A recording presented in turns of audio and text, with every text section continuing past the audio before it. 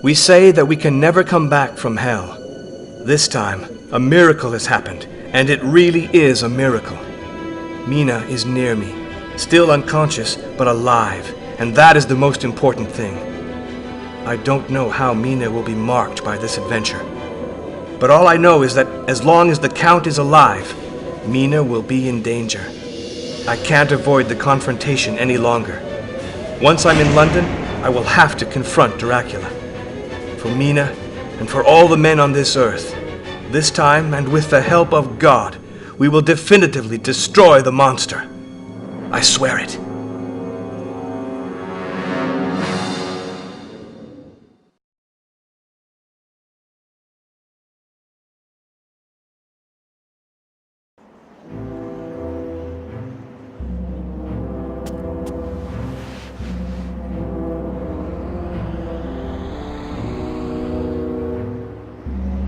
So our friend has returned alive from Transylvania with Mina and the Dragon's Ring.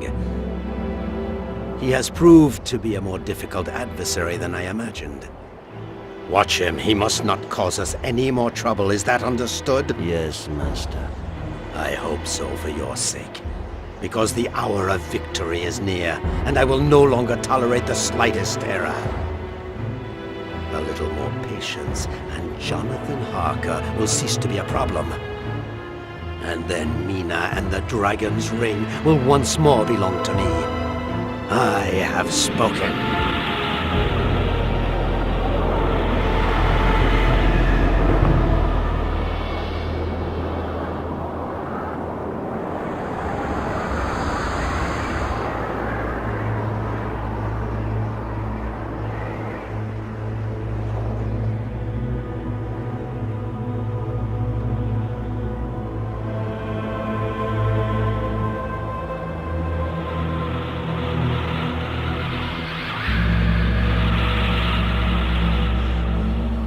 Master, it's you. It's really you.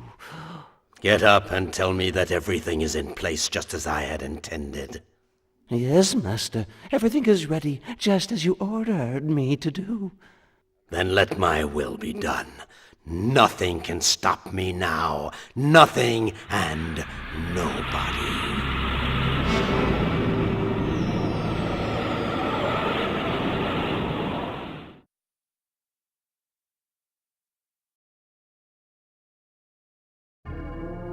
Already a week has gone by since we returned from Transylvania, and I still cannot manage to sleep. Mina's condition is very worrying. The vampire's bite is causing her to have increasingly violent attacks. Fortunately, our good friend Dr. Seward is achieving miracles in his fight against this disease without a name. And then there are these shadows that slide along the wall and seem to watch me. Is it because of the ring that I brought back from Dracula's castle? I hope that Seward can give us an explanation. He's been examining the object for a week now. I myself have finally decided to go to Carfax, Dracula's latest sanctuary in London. Perhaps I shall find some clues there that will help me to pick up his trail.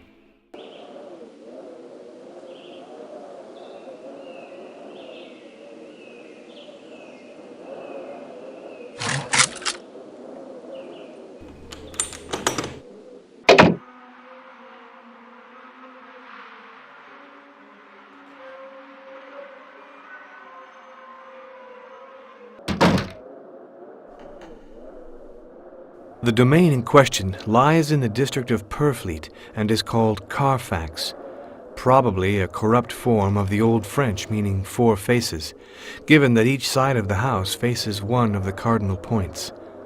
The house is very large and dates from the Middle Ages. It may well have been an old mill once. There are a small number of houses round about, one of which is quite big and of recent construction. This serves as an asylum for the insane and is run by Dr. Seward.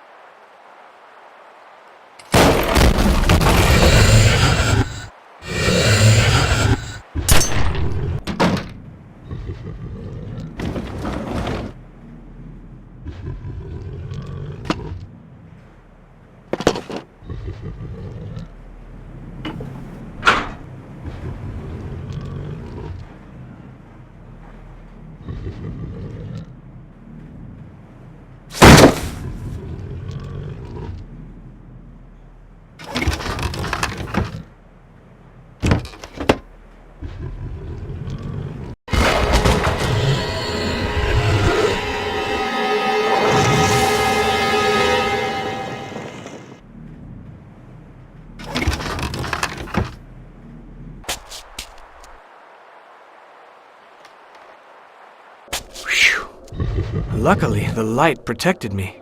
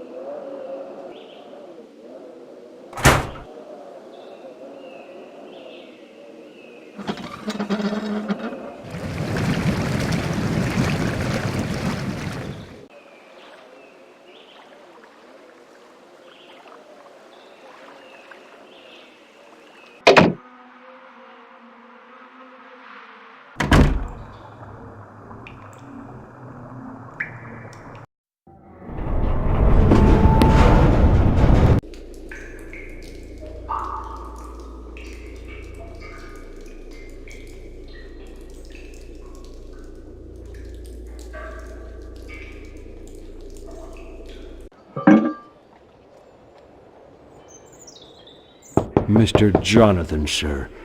Please come in. This place always makes my flesh crawl. You're right to be wary, and if I may be so bold, I should avoid going into that room when I'm not around. They can be very dangerous, and I'm talking from experience. I shall leave you now. Dr. Seward is waiting for you in his office.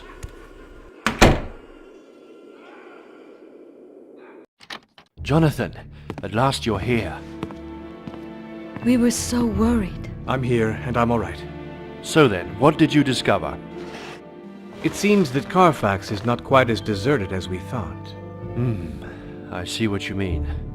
I've been noticing some very odd things there for some time now. All this is becoming rather disturbing. Have you found anything out about that ring that I brought back? I've been able to reconstruct its history, thanks to Mina, who has transcribed the wax cylinders which were recorded as a favor to me by a historian friend of mine. My attacks are so frequent that I don't have much time to work, and Seward insisted that I rest, but I wanted to help you. What have you discovered? The last known trace of the ring was back in 1442.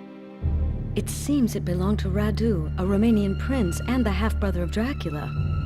But there's more to it. Apparently, the ring is incomplete. In fact, in the engravings described, the ring is shown with a kind of diamond in its center. According to my friend's documents, this stone had the virtue of counterbalancing the evil side of the ring. We don't know anymore, but it's certain that Dracula will do everything he can to get it back. Does the name Styx mean anything to you? It's the river of hell in Greek mythology, but I think it's also the name of a theater in London, isn't it? Yes, in fact it's all the rage now. A hall where a cinematographer shows horror films. There's a mystery surrounding the identity of the owner, but I've done some investigating and have found nothing in the least bit suspicious. You'd better think again. I found proof at Carfax that Dracula is the owner of the Styx. My God, I've read that all London is lining up to go there. It's a fact that we cannot ignore, but it's very unlikely that the Styx is our principal target. To defeat Dracula once and for all, we have got to find his lair and strike at the heart. I confess I just don't know what to do now. Mina, if you aren't too tired, perhaps you and I could have another try at hypnosis. I'm ready to do anything rather than stay under Dracula's yoke forever. Doctor, let's go. Your eyes are closing. Your spirit is roaming free. What do you see? I see a garden of stone, a shadow walking. He's coming to find me. I can hear voices. They'll make me go mad. Help me! Mina, you will sleep now. Sleep. Sleep. She describes the same scene at each session. I think the stone garden must be the cemetery at Highgate. Highgate, you say? Now that Mina is asleep, I can tell you that my visit to Carfax nearly cost me my life. But a man called Peabody was not so lucky. I found his body, and it seems that he worked at Highgate. Peabody dead. He was investigating on my behalf. He said that he had seen some strange goings-on near a tomb decorated with a stone wolf. It's more than likely that the cemetery is where Dracula has his secret sanctuary. Take this key and go over there. It will be safer to go via the sewers. I shall stay here with Mina.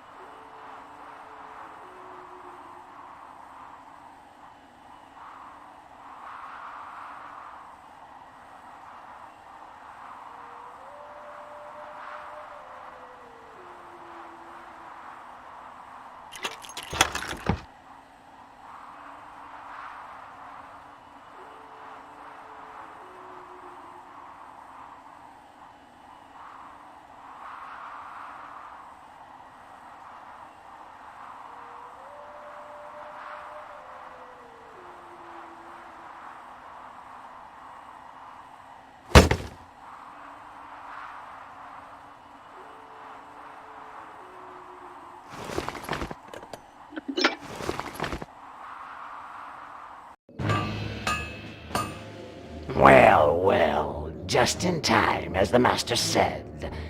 It just needs your corpse, and my work will be finished. And then I shall get my reward. Prepare to die. Oh, but don't worry. I shall make sure it's slow and extremely painful.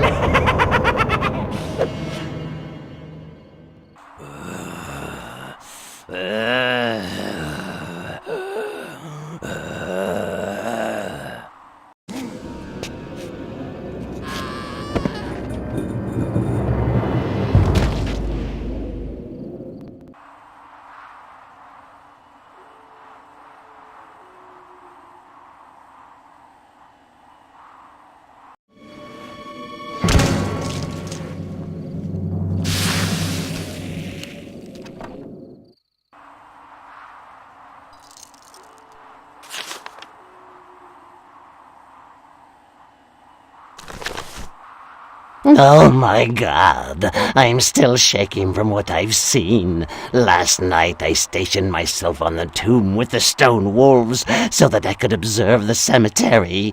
When I looked towards the northwest of the cemetery, I could hardly believe my eyes. At 5 a.m., precisely, a silhouette approached the tomb.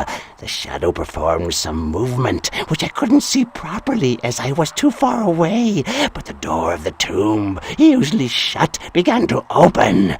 I got down from my hiding place to have a closer look, but by the time I got there, the door had shut.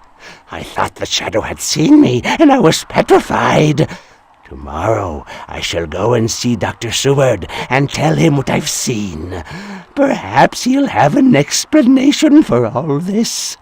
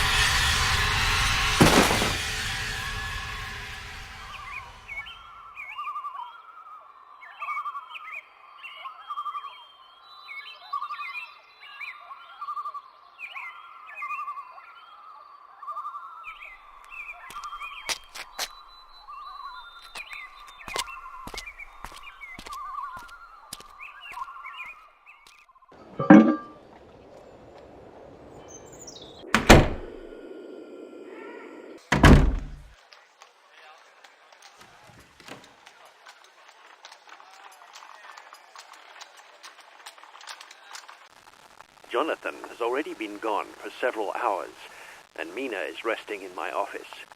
It is a pity that, because of the urgency of the situation, I have not been able to bring Jonathan up to date with all my work. I have a feeling that the noose is tightening around us, and... But what? My God! It's Dracula! Leave your guard where you found him. He's of no use to you now. Seize him!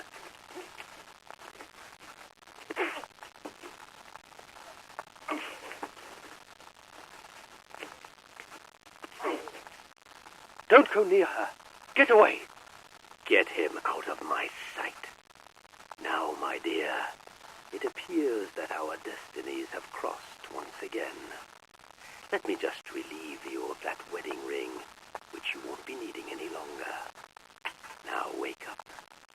This time, I promise you, we shall never part again.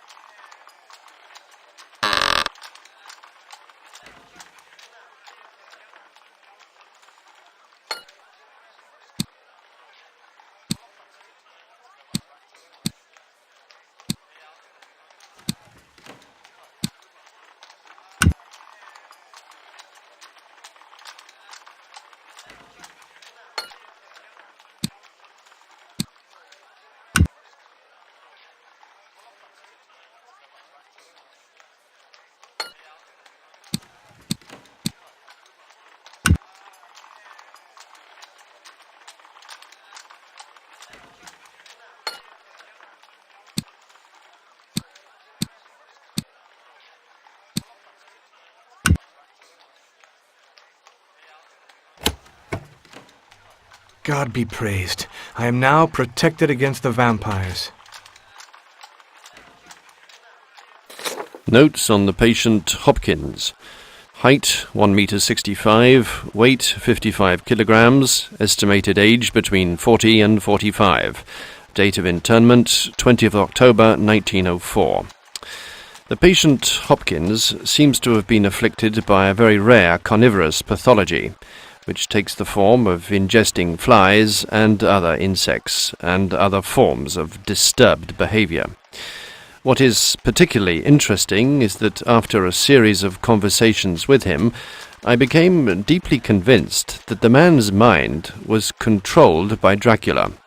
And then, though Hopkins seemed so cold and calculating that it was possible to believe that he was feigning his illness, he met Mina and was radically transformed. From then on, he has spoken hesitantly and seems far less sure of himself. He has become vulnerable. If Hopkins has doubts, that could be to our advantage. From today onwards, Mina must be present during my sessions with him.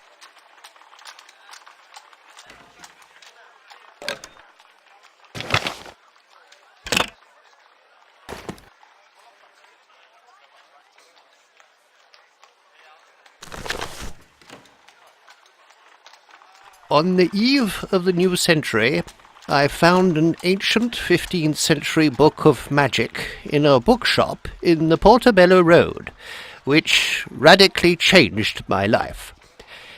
It tells of vampires and satanic rites, but for once, it is not a work of fiction. The cover is decorated with a ring in old leather in the form of a dragon curled around a stone. I managed to translate the little that remains of the book, which tells of the building of a remarkable sanctuary by a monk named Thaddeus. Alas, now I am old and sick, and although I am firmly convinced that it exists, I shall never find this sanctuary. I have therefore made a summary in this notebook of the information contained in these pages, plucked from time. Finish my quest if you can, and reveal to the world this incomparable archaeological treasure.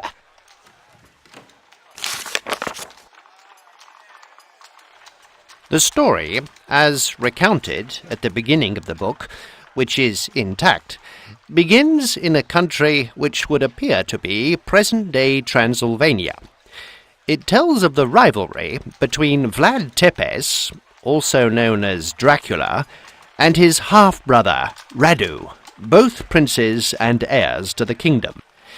When their father, Dracula, died, the symbol of power, a ring in the form of a dragon with a precious stone in the centre, was handed over to Radu, the younger brother, allegedly on the advice of a magician named Dorko. Wild with rage, Dracula pursued Radu and shut him up in his huge underground prison. He also banished Dorko. But the main thing he did was to separate the stone from the dragon ring, which then fell under Dracula's evil influence. According to the book, no one knew what became of the stone. The last sanctuary is the one Vlad Tepes, also known as Dracula, built when he took power after the death of his father. He entrusted the building of the edifice to the monk Thaddeus, nicknamed the Black Monk because of his satanic propensities. But shortly after the sanctuary was finished, the monk disappeared. The author of the book seems to have been an exiled disciple of Thaddeus.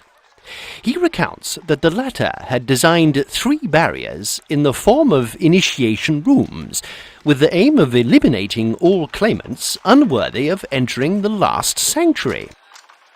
Unfortunately, the book has deteriorated too much to be able to read the passages concerning 2 out of the 3 rooms. However, it appears that the 3rd room is by far the most mysterious and terrifying. The book refers on several occasions to strange keys, but no information is given as to their use. The Hellfire Room, which I prefer to call the Dragon Room, as it shows fire shooting out of the mouths of numerous dragons, here a highly sophisticated system is involved, which leaves little chance for the person manipulating it. The Devil's Nails is the literal translation of the phrase in the book, but it would seem closer to the truth to render it Satan's Claws. I have made a copy of the drawing in the book. It shows Jacob's dream, as recounted in the book of Genesis. Jacob's ladder represents the link between God and men, but in the sanctuary it appears rather to be a link with Satan. The symbols surrounding it are Sanskrit numbers. The instructions in the text are clear. It is a trap designed to tear to pieces anyone who dares to go there. In the book, I came across a formula which appears could be used to make projectiles against vampires. I have noted it as it might be useful. It looks like a recipe, and it could very well be one. A potion using crushed garlic should be prepared. Add a quantity of vampire's blood, maybe this means bat's blood, heat it to 30 degrees, and pour the solution into a bottle. According to Thaddeus's disciple, all you need to do is soak the projectiles in the mixture to make them into formidable anti-vampire weapons. Now, all this sounds a little like an old wives' tale, but it's best to leave nothing to chance.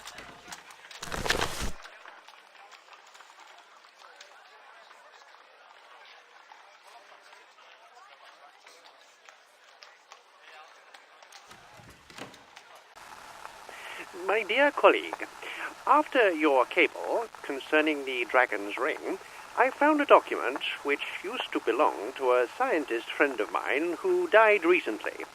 It consists of a notebook whose contents have a curious relevance to the things you told me about in your letter. It contains information on vampires and initiation rites, secret sanctuaries, and the ring. I am sure that you will find it very interesting.